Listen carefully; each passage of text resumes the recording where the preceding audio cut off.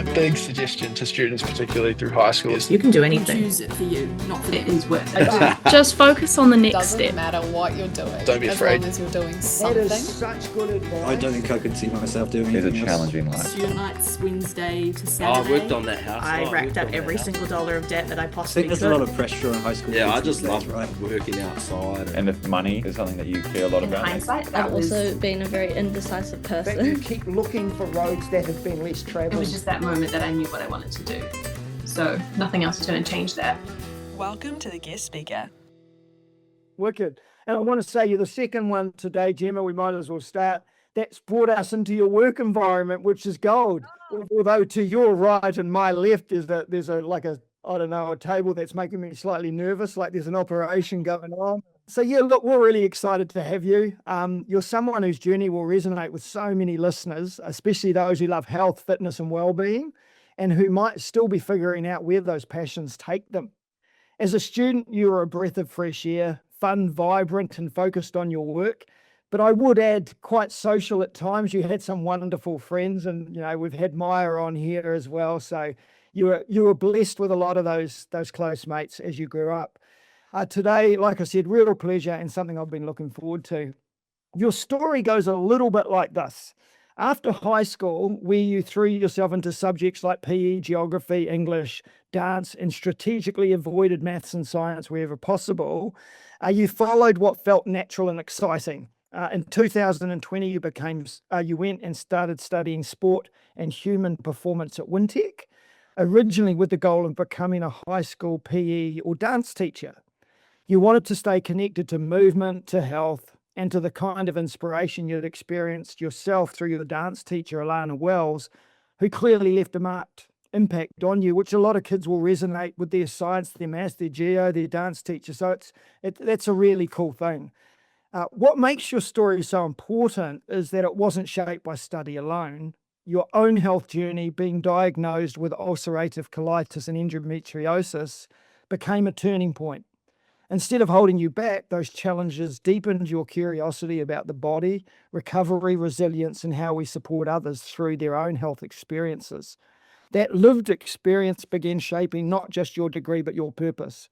As your studies progressed, your interests evolved, shifting towards rehabilitation, sports psychology, and community health. In your final year, completing a diploma in relaxation and wellness massage therapy, after discovering a real love for hands-on restorative side of learning. Now I realize that's a massage table, not an operating one. Silly me. Is watching on YouTube, they now know. After graduating, you relocated to Mount Maunganui for a fresh start and stepping into your role as a community rehabilitation coach at Body in Motion. For the past 2 years, you've been supporting ACC clients across the Bay of Plenty through training for independence, falls prevention, and activity with arthritis programs, helping people rebuild confidence, strength, and independence. And alongside your full-time work, you're also teaching Pilates, which has grown into a true passion with your sights set on further study in pain management and neurophysiotherapy. Now, I had to Google neurophysical therapy. So for those listening, it's the treatment and treating movement and function disorders caused by damage to the brain, spinal cord, or nerves, such as stroke, Parkinson's, or MS. This episode is for anyone who feels drawn to health and movement. It's for those who own life events or challenges are quietly shaping their future career ideas. And can I say it's comforting to know that students who love health, sport, movement, and well-being don't have to be a doctor. There are alternatives, and today we're about to learn about them. Can I take you, Gemma, back to school? Whether you want to start at primary school or secondary, what was school like you as a little Gemma? Wow, you did great, by the way. There was lots of things to talk about, so you nailed them. Thank you. Basically all through, since I started primary school all the way to middle school, high school, I was very, very social. Like you said, very social. I loved seeing my friends every day. I loved not so much the maths and science at all, ever. I really just didn't like that. But I loved the opportunities at high school, particularly with dance. I think that I was quite fortunate and privileged enough to have dance as a subject. So, when I wasn't feeling so confident with maths, I'd go into my dance class straight after and feel, my confidence boost straight after that. So yeah. No, and that makes sense because we just had a restaurant owner, and of course that person struggles in English, but then goes into the home ec or those sort of environments, and so it's really important. A kid has to find their home somewhere, and I'm glad that's where it was. I would have thought in your area, science and biology might have been useful. Is that something in hindsight you would have reflected on, or is there just no way? Absolutely. That's, like I was looking at the questions and it's just interesting, I think, with my story because I did a sports science degree, like you'd think that I do have, some sort of interest in science, in which I did, but I really struggled with science in particular because it just didn't process to me the way it did for others. And I think because I didn't know what I was doing either in high school, like with my career, I didn't think it would be useful. So I thought sports science would be the last thing I'd choose, to be honest, because I never studied that. I never did that as a paper. So yeah, I didn't find that something I'd be interested in doing. But yeah, it's just weird the way things work out, Yeah. No, Yeah. absolutely. So, as you were going through school, did you have a clear plan as a kid, or were you not, having a clear plan? And where did you seek information from? So as soon as I started dancing, so I danced when I was like very little, so like 4 or 5, up until yeah, just after high school. But I loved loved hip hop. I loved going to competitions. If I wasn't at school, I'd be at dance training or I'd be competing in hip hop championships or nationals or whatever. I was always dancing. So I kind of always thought I'd be a dancer. I thought I'd be a professional dancer. I wanted to do that. I wanted to go travel. I wanted to dance with Justin Bieber, things like that. I wanted to do that. Um, I don't know if you guys remember Miriam. She's actually on here. I listened to her podcast, Miriam. So she was my dance teacher for a little bit, and I think that was really inspiring, having someone like her to look up to, and she does that for a career now, which is awesome. So I knew that there were so many opportunities within dance, which was really cool because that's kind of all I really thought about. I thought about just dance because I knew I was relatively good at it. And I wasn't so strong in maths and science. And I think that a lot of my peers in high school were really good at it. So I found that that was my niche and that I'd stick to it. So I just thought I would stick to dancing and see where it takes me. And then I ended up going to World Champs in 2019, so my last year of high school. And the training for that was just unreal. I was also really sick at the time, so that did make me realize, this is a lot more than just going overseas and dancing. It's giving up a lot of my health, like I don't even, like, looking back, I don't know how I did it, to be honest. Like, I was so unwell and I was dancing the longest, craziest hours. And I just kind of thought then there, like, do I really think this is the best thing I could be doing?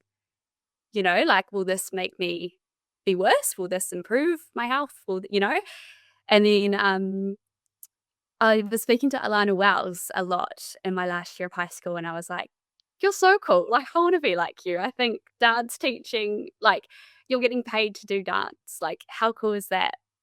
And I talked to her in my last I think it was my last couple of weeks actually of high school. And I was like, so what did you do? Like, tell me, because I think I want to do what you're doing.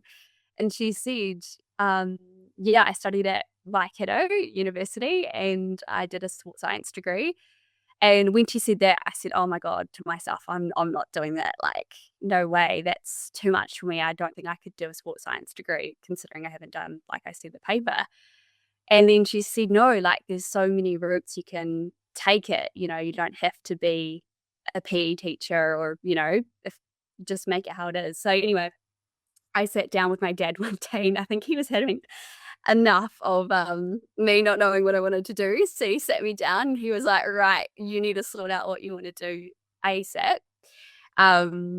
And he said, you either want to take your dance to the next level or you find something else that is similar in that field. So I looked into sports science and then figured that Wintec was more of how my learning, I guess, works. Like I learn through physically doing things, talking to other people, which is why I think I struggled in maths and things like that, because it was quite by the books and text things. So I found that Wintec, was my kind of thing of learning.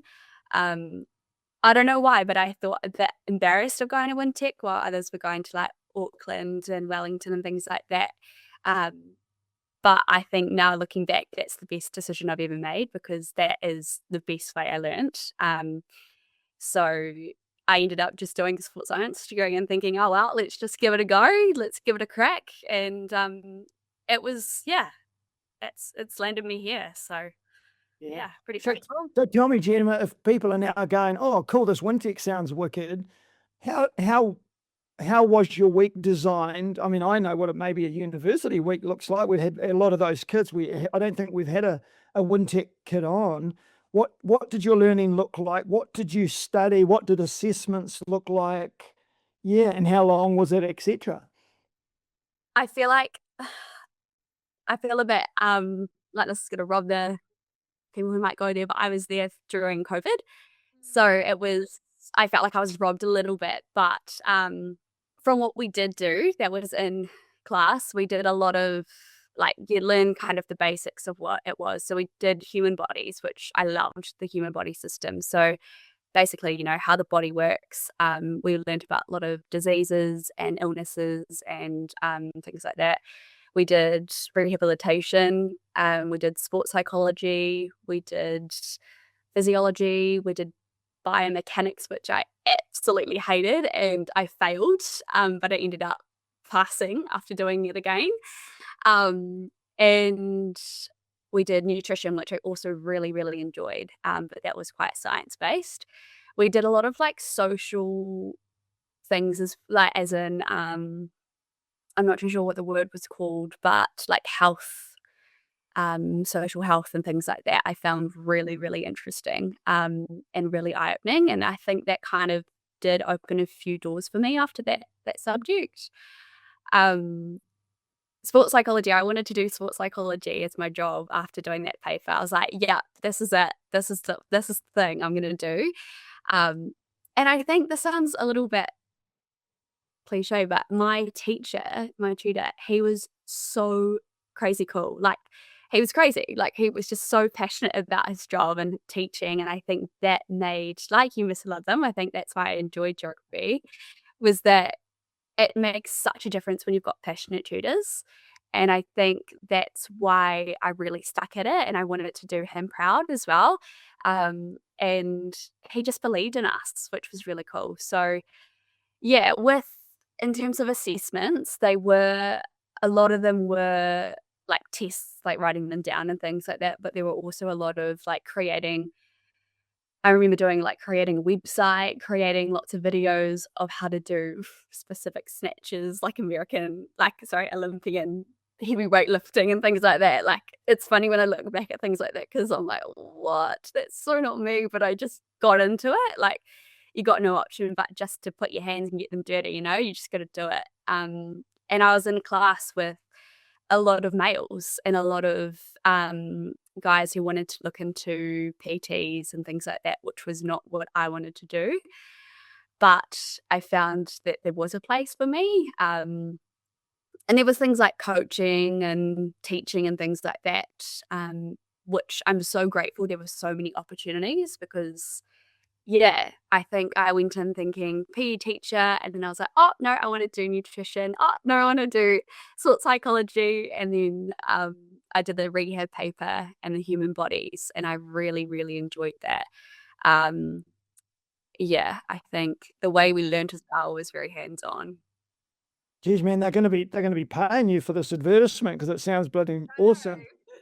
And can I say, clearly you're developing understanding, but and do you mind if I ask, but you are at the same time dealing with your health? You mentioned with your dance, I'm presuming the reason it was becoming difficult was your health. can you, I know one of your friends, Lucy, is a real advocate, and I know you are too, and there will be young girls sitting here with either those things or others that they need to deal with, and it's hard, and they need to understand stuff, but they also need to know how to move forward. So could you talk through that? Yeah, so I found it really challenging in high school actually with having diagnosed ulcerative colitis, especially like going through puberty. You're not sure what the heck your body's doing. You're not really concentrating because you are in so much pain. But like looking back now, I think I did the best I could and taking it easy and not really comparing myself to others as much. Like, well, I mean, I did, but others who didn't have, an illness like I did, I gave myself a bit of grace for it, I think, for sure, which is hard. It's definitely, I was really lucky with having mum and dad being very supportive of that as well. So, yeah, but in terms of studying with having this illness, it was hard for sure. When I would be really stressed out, I'd usually get a flare up. So that would put me into sometimes the hospital. So my tutors were really, really understanding of that, which was amazing. I think that they take things like that really seriously, because, it's not just like, I've just got a sore gut. It's much more than that. And just kind of, just being gentle to myself, I think really did help a lot through those really rough times. Yeah. Yeah. I think there's a few kids out there that maybe will benefit from understanding how supportive probably schools, but also tertiary providers are. My daughter's, waiting for a hip thing to be done, and they give you passes. The lecturers are all told.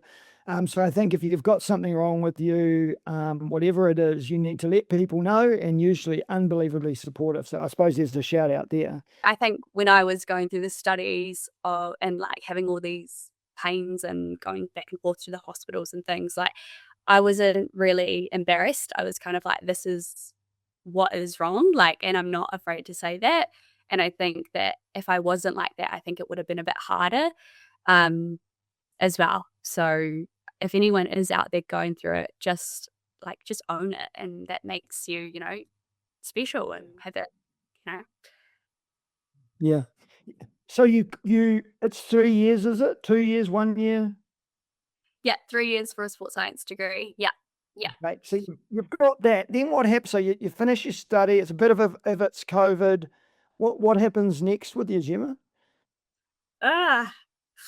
So I think with the job that I'm in now, I work alongside of physiotherapies and occupational therapists and doctors and a lot with ACC.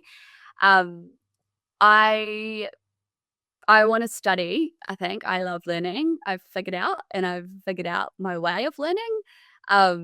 So I think I'd like to study physio again, or not again, but I'd like to study again. I think I think I just want to do something that's going to help others a bit more than I'm helping others right now, but like I think diagnosing people and doing that extra step of what I'm doing now is something that I'm really passionate about, because I'm very hands-on with what I do at the moment, which is great, but I wanted to like the next step of what I can do to, A previous guest was saying something similar. I just wanted to bring it to attention. It's fabulous of like, you said like, in school, the science, math, I was the same. After year 11, it was done as soon as it could be. And now I too am returning to study for sports psychology. So I love that you were saying that. Yeah. I love that. I think with Massey correspondence stuff, and it's crazy because now that I know what I actually am interested in, I'm that person. I think we were discussing it with Katerina. I'm the one in class, like asking more questions, and I really care. And we were saying, like, sometimes when you're first going through, and if you're not super interested in a subject, like in high school, you're just honestly just trying to get through it, and whatever's the minimum, and maybe not get too much attention. But sounds like once you've figured out, and the Wintec study, how it is so practical and hands-on, I'm finding that in a similar way with Massey, just the way they teach. And I think that that's something that there is pressure when you are in high school of like, well, I'm supposed to do this. And like you said, your friends are going this way and they're supposed to like studying, but you'll know, and I would love to hear that. And that's why I wanted to bring it to attention. When you know what you want to study and you care about it and the way you're learning, like the fact that you said that is huge, because a lot of these listeners maybe think that they don't like to learn, and that's probably not the case. They're just not learning their way or like the right thing. So really just want you to bring that attention, because I love to hear that, and the fact that you want to study more so that you can do more. It's awesome. Yeah. Yeah. No, honestly, it took me 24 years to realize that I actually really do enjoy learning. And like you said, I think once you find your passion for something, it sparks a fire in you and you want to just learn more and more and more. And I think it's about believing in yourself. I think with this job that I'm in now, this sounds really sad, but I never thought I would be able to help these people's lives like I can now. Like, I feel so helpful, and I feel like I walk away from my job every day going, yeah, I did something good. And I think that because I get the benefits of that, it makes you feel more confident. It makes you think, yeah, you can actually do a lot more if you set your mind to it. And yeah, it's amazing. And like I say, like, study isn't for everybody. Like, I never thought I'd do a degree, let alone a diploma in massage therapy as well. But I think you've just got to, not to be so hard on yourself, and don't put so much pressure on yourself to force a certain way to study or to get by. Yeah. Because I liked what you said, Gemma. It was almost an ego thing, like, the Wintec compared to uni. And I think there's a lot of kids who possibly have failed at uni, or it's not suited them, and they have lost the study bug.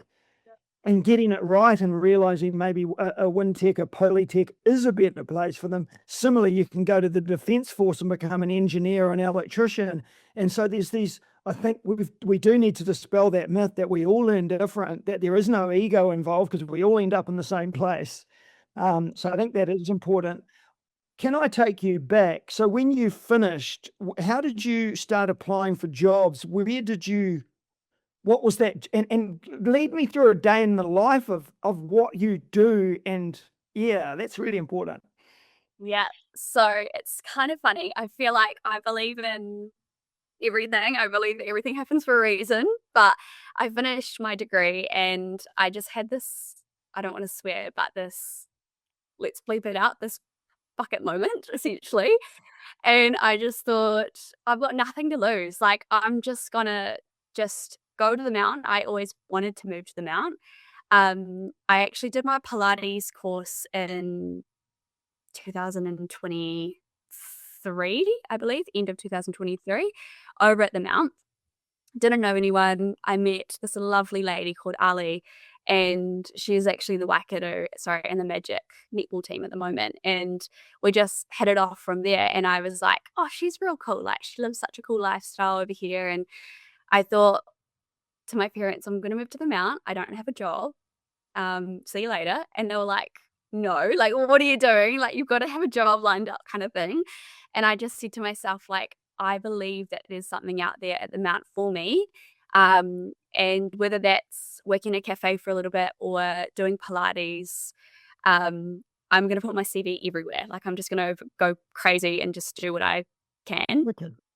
And that's what I did. I literally just put my CV out to all of the reformers, reformer Pilates. And then what did I do? Yeah, I just got a job so it's really confusing, but where I work, it's a physio centre, and like, there's a few centres all around the North Island. And in Bay of Plenty, we've got connected is a Pilates studio. So it's called Encore. And that's connected to Body Emotion for who I work with. And I just applied for Encore. And I was like, yeah, like, full-time Pilates, like, that should be fine.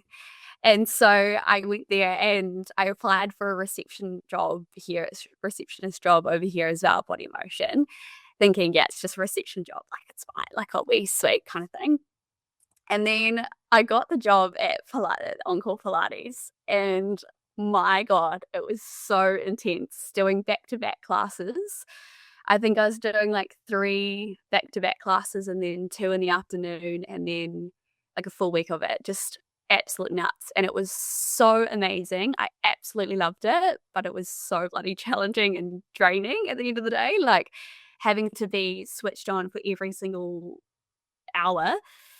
And then I thought, I don't want to hate this hobby that I have. Like, I still want to enjoy it, so I don't want to push it too much. So then I actually had an interview with someone at Body Emotion and for this receptionist job. And they were like, you're overqualified for this. Like, let's get you a job here doing rehabilitation coaching. And I was like, what's that? How many Yeah. times in your life do you get told you're overqualified? Like that's a moment. That's a moment in time. Brilliant. I know, it's crazy. I like looking back, I'm like, wow, that's pretty damn cool. And I never thought I would say that, you know? So yeah, and then they said, let's get you this job. And I was like, well, I kind of know a few things about the body. Like, you know, I like people, I do Pilates, like that would work hand in hand, I suppose. And then I'm pretty sure I was maybe the second rehab coach here that they hired. So I kind of was walking in a little bit blindsided a little bit, but had my, doors open and really to be doing whatever I could to get involved. And that's what I did. And I've been here for 2.5 years now, which is crazy. So I guess like an everyday life every day at work is very different, but I guess a good busy day for me would be seeing a few of my rehabilitation clients who are under training for independence, which is under ACC. So those clients usually have traumatic injuries or health conditions. And that's usually based over 6 months. And I'm really fortunate enough to see these clients at least twice a week, if not, twice a week or every week, it varies. And then I'm working with physiotherapists and occupational therapists and ACC with these clients to get them back to living independently. Some cases it's not always back to free independence, but it's back to somewhat of a better quality of life. So for instance, for those clients, everyone's very different, but one client that I had, we did rock climbing. We did Pilates for one. I do a lot of hydrotherapy, so exercises in the pool. And even just simply getting people out of bed and getting them to walk for 5 minutes or so. It varies in ages as well. So I might be seeing people 19 and some people that are 99, which is crazy. And then I'd come back to the office, do a bit of notes on the clients and what I did with them, and let the key workers, who are usually the physios or the occupational therapists, know what we did and where they're at. And then I also do a few other things here, which I'm really lucky. So I do falls prevention programs. So I receive referrals from usually GPs or St. John's Ambulance. And they refer these clients to Body Emotion for us to go out and see them based over 6 months, to go visit them in their homes and help them with strength and balance exercises. And these are usually like the little oldies, which is quite cute. And yeah, I think working with old people was so underrated as well, because these aren't just old people. Like, they have lived such long lives, obviously, but they have had so many opportunities and they've just got so many things to give and teach you. So for that, I travel all over the Bay of Plenty. So that goes to further than Opotiki, Kawerau, Edgecombe, those areas, like usually the rural areas of where I cover. So Te Puke and Opotiki, Whakatane. And it's all funded as well from the government. So it's all free, which is amazing. And then lastly, I do AWA, which is activity with arthritis, which is selected group who have been referred from orthopedics surgeons, and they usually have osteoarthritis, and they come to visit us twice a week at Baywave, and we do land class, so gym-based exercises, and then pool class exercises based over 6 weeks. And that's to prevent education about osteoarthritis and the importance of moving those joints as much as possible safely. You've got the physio because I injured myself at work.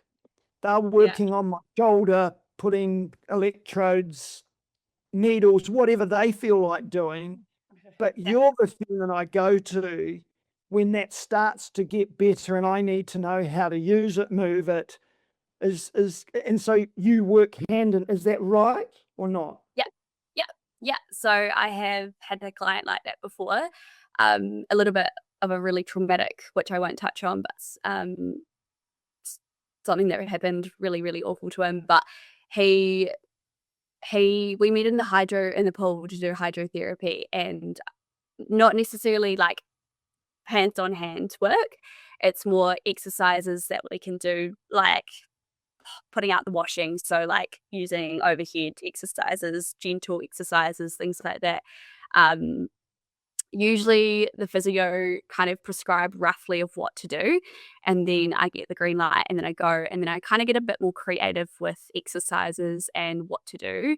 I've had some clients where I go to visit in their homes, and I'm like, nah, we need to go to the gym. Like, can we see if we can go to the gym and extend, well, do some more fun exercises as well, because you want to make it something that they want to look forward to as well. You don't want them to ever dread a session, Gemma, the like safety hat came on for a second, right? Because like you're mentioning a lot of these rural places that, well, first of all, you're doing a lot across so many things, so that's a separate part. But when you're driving to these people's homes, it's you in there, like, I guess, what's the protocol? I'm just, again, thinking if there's parents listening, like, for safety to make sure you're not going into a situation that's like you're alone in the middle of somewhere.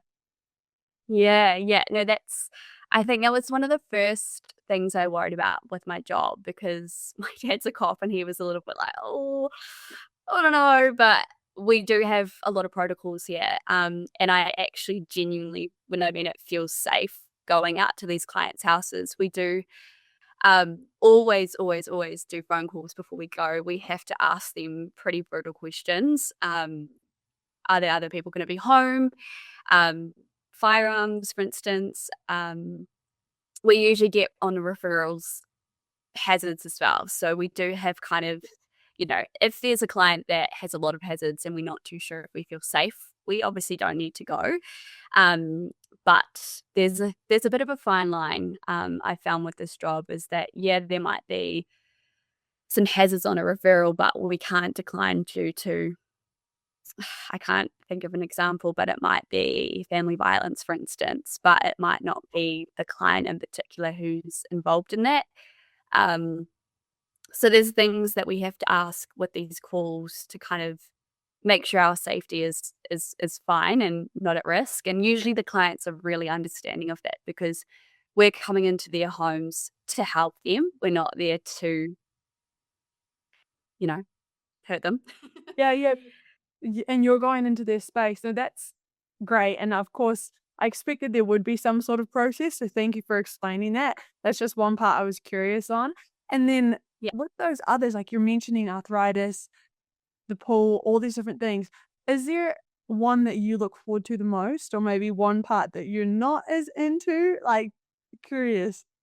Well, I think, I'm just going to be completely honest. I think with the rehab coaching, that is my favorite by far, because you're getting so personable with these clients. You like, for instance, I'm seeing these clients twice a week for an hour, and I get to know so much about their lives, personal and, through their injuries. And I develop such a huge appreciation for them and their journey. And it's such a privilege to be able to be a part of their journey. And I see great benefits out of it. Like I truly, really do. And I think because, I'm quite passionate about my job, I think it rubs off on my clients. And I think that makes them want to work that extra harder, Yeah. extra bit harder. Yeah, in terms of maybe not so much, I don't know, maybe I do love the Falls program because it's funny because like I see these clients and I go, this program is all funded, so it's all free. So it's basically like you're quite privileged enough to get this program. Let's try and make the most out of it. And I kind of find that a lot of the older clients that I have are quite lonely, so they love to chat, which I find is really beautiful. But I think I just want that extra bit. Like a lot of our clients who are in the Falls program have a few other health conditions that lead to a few more falls and things like that. So I kind of want to focus a bit more on like the other side of things as well as the falls. Yeah. Like that curiosity you have is like, there's more, and I want to get to it, right? Yeah, that makes sense. But I love it. I love it because I get free food like nearly every day from this. So free baking. How do you qualify for the Falls program? Do I have to fall over? So you're going to be over 65. No. Sorry. But yeah, you're gonna have a few falls, but we don't want that to happen at all because that starts no good. No, fair enough. So tell me, you mentioned earlier maybe you'll go physio one day. What would you have to do now? Because we're going to get, Jessica Topman, she's coming on for physio. What would you have to do to add to your qualifications now?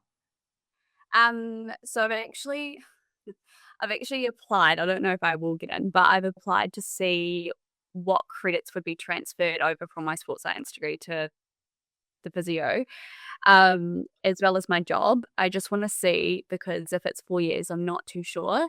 If it's 2 years, 3 and 2.5, maybe I would definitely consider it. But I actually don't know too much about it so far.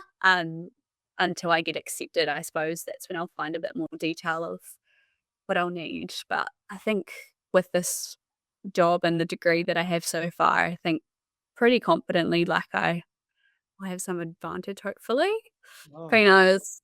I think you will, and you're speaking it into existence, which you got to believe and put it out there. So this is the first step.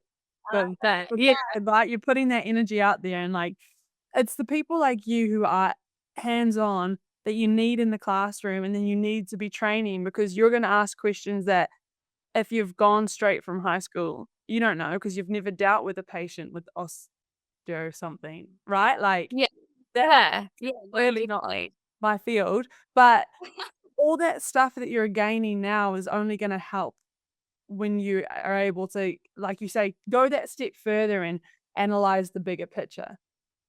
I'm so glad as well that I did it like this. Like, I'm so glad that I did my sports science degree first, and I did massage the diploma, and I did this job, because especially this job in particular, because obviously I wouldn't have this job if I didn't do my degree, but like the experience with people, I think is really, really important for me.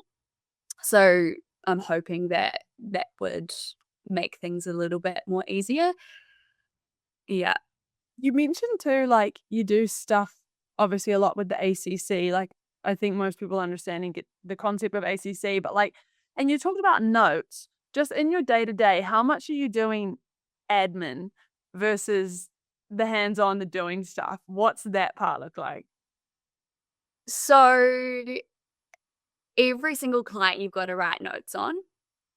And you write in the SOAP format. So you do, SOAP format notes. I'm a little bit descriptive with my notes. So I do take a little bit longer. I think the more detailed, the better, because if somebody else was coming in to read them, they know exactly what we did. Yeah. And that's just personally me. So I'd probably spend a bit more time than most people, I'd say. And I love reading like my referrals in depth. So I like spend a longer time, I suppose, than maybe the average, I'm not really sure, to really get an understanding of the client's situation. And I also talk to a lot of my peers who are physios and occupational therapists to get their ideas and thoughts on a client of things. But, some days I might have 6 clients that I'll see. And then some days I might have just 2. So, the more clients that you're seeing, the more notes you have to write. So, yeah, that's something to consider. Right. And I think we can all understand the experience of when you go to a doctor's.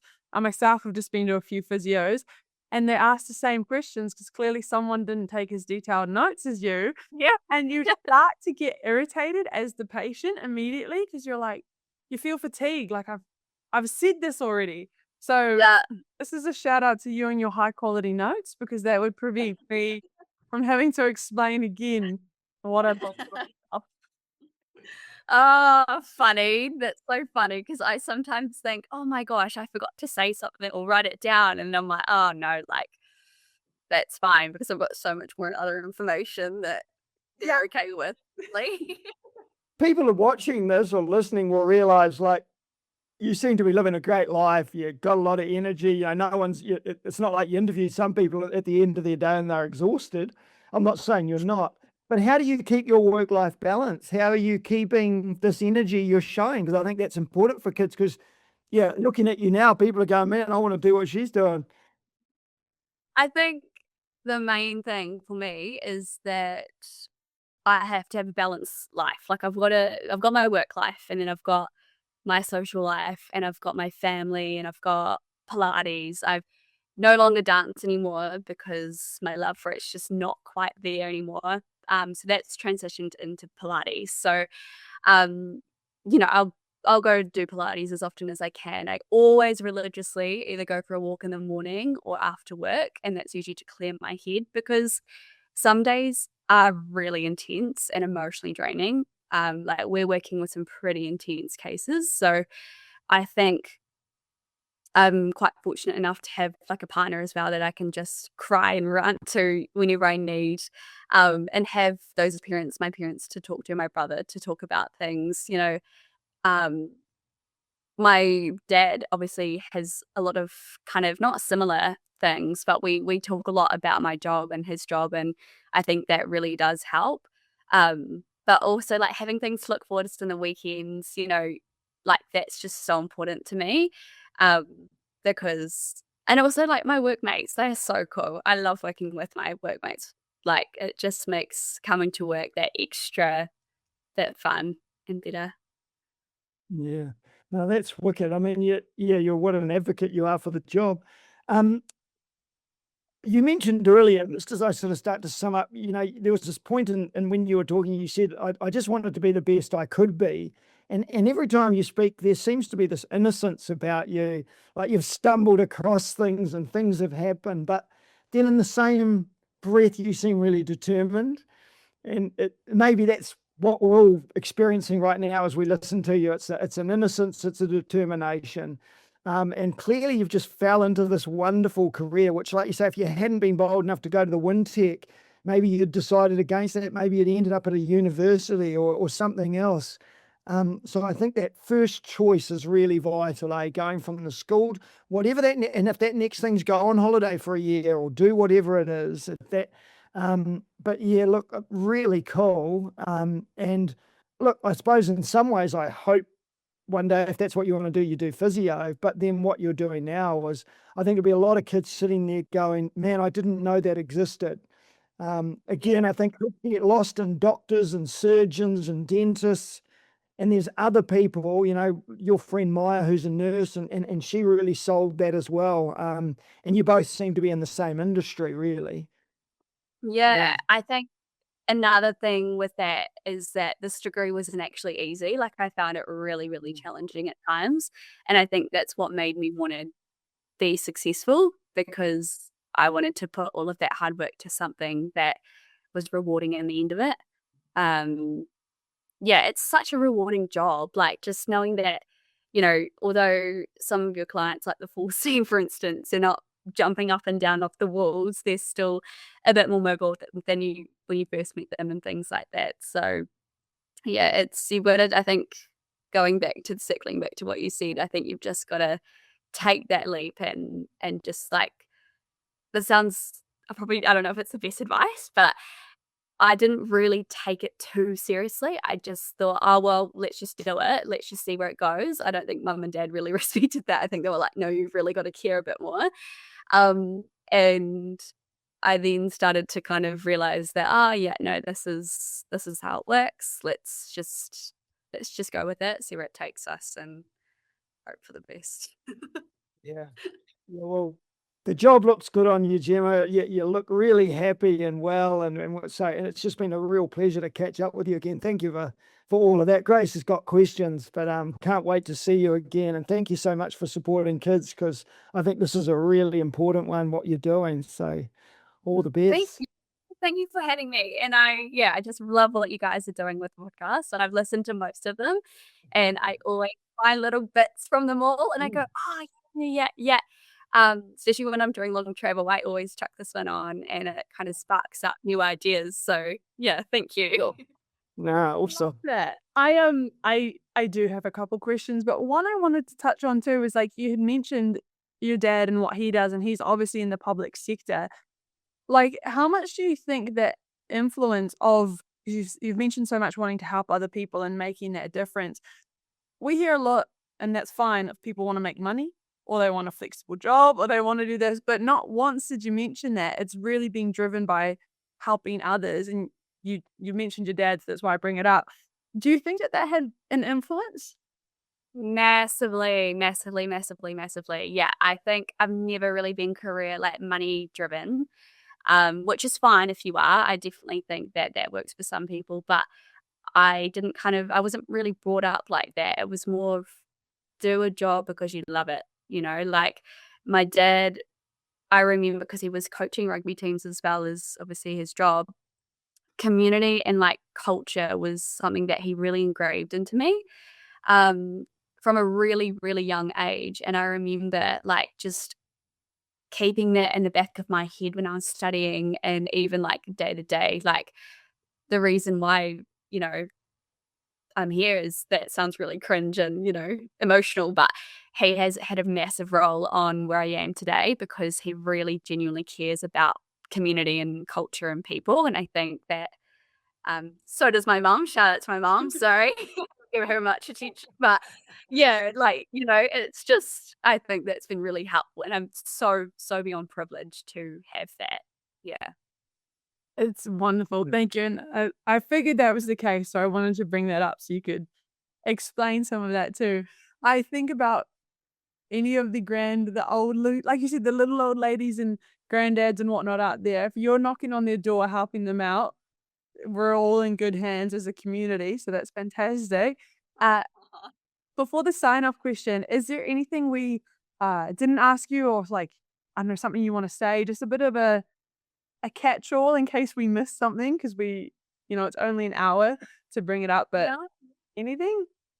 No, I think you guys covered it all, really. I think I'll probably go home tonight being like, I shouldn't have said that, but oh well. You I don't really care. yeah, I think You always say it's possible. yeah, I think you should be very proud of this, because like Loveland said, huge advocate for the industry. Sign off question: if you could go back to Gemma that year 12 or 13, what advice specifically would you be giving yourself? Well, I knew this question was coming. Can you tell me listen to the podcast? I'd have to say, I know this is very like something my parents would say, but just concentrate and find the difference between a hobby and maybe a career. I don't know. I just feel like I didn't take high school that seriously, although my grades were getting better in year 12 and year 13. Um, I was really there for the social aspect a lot of the time, like looking back. So I think I would probably just say, pull your head in a bit, and like just get curious, like ask people more things and own, I guess, not being like, there was a lot of times where I was unsure about things in class or what to do with my life, and I just didn't speak up because I was too scared or scared of just getting judged. So I think if there's anything, I'd say just ask, get curious, and yeah, that's that. Wicked. That's Wicked. perfect. Yeah. And can I say, Gemma, there's someone in every workplace. They've either got the laptop person, they've got keys on a chain or a clipboard. Yours is clearly the highlighter. Where the heck- You're not the first one to say that. It's actually You'd be the one who in the next meeting, and I'd be like, oh, nah. I'm sorry, it's not funny. Thank you so much for your time. Say good day to all the girls for us. But yeah, can't wait to see you in person sometime. Yeah, likewise. Thank you so much for having me, guys.